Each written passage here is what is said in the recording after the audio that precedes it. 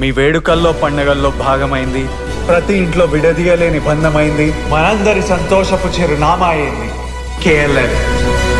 చంద్రబాబు ప్రమాణ స్వీకారం అయింది. ఒక్కొక్కరుగా వీఐపీలందరూ కూడా ఒక్కొక్కరుగా బయటకు వస్తున్నారు. జీవీఎల్ గారు ఉన్నారు, మాట్లాడే ప్రయత్నం చేస్తే సార్ చెప్పండి, చంద్రబాబు ప్రమాణ స్వీకారం ఎలా జరిగింది? పవన్ కళ్యాణ్ కూడా చేశారు, ఎలా ఉంది సార్?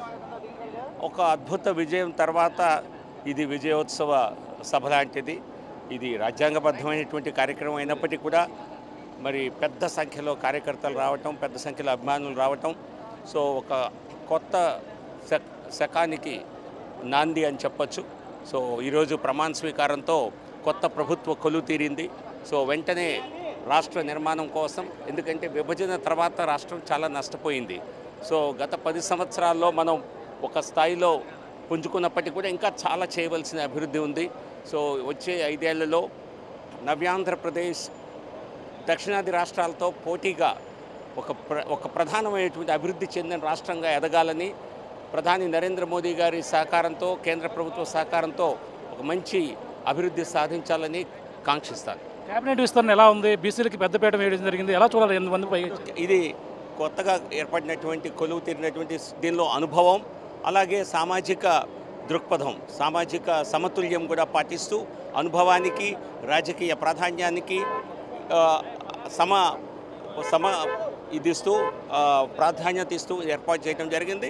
సో ఖచ్చితంగా మొదటి రోజు నుంచే వర్క్ చేయడానికి అనుకూలమైనటువంటి కేబినెట్. పవన్ కళ్యాణ్ ప్రమాణ స్వీకారం ఎలా చూడాలంటారు? పవన్ కళ్యాణ్ ఒక సూపర్ డూపర్ హిట్ లాంచి ఇవాళ విజయోత్సవ సభలాగా ఉంది. ఒక సూపర్ సక్సెస్ అయ్యారు. 21 గెలిచి, 2 పార్లమెంట్లు గెలిచి, ఒక ప్రధాని నరేంద్ర మోదీ గారి ద్వారా కూడా మరి పవన్ అంటే కేవలం గాలి కాదు, ఇది ఒక ఆంధీ, అంటే ఇది ఒక తుఫాన్ లాంటి ఒక నాయకత్వం అని ప్రశంసించడం జరిగింది. ఖచ్చితంగా ఇది ఒక జనసేనకు, పవన్ కళ్యాణ్ గారికి కూడా ఒక మహాస్ఫూర్తినిచ్చేటువంటి విజయం.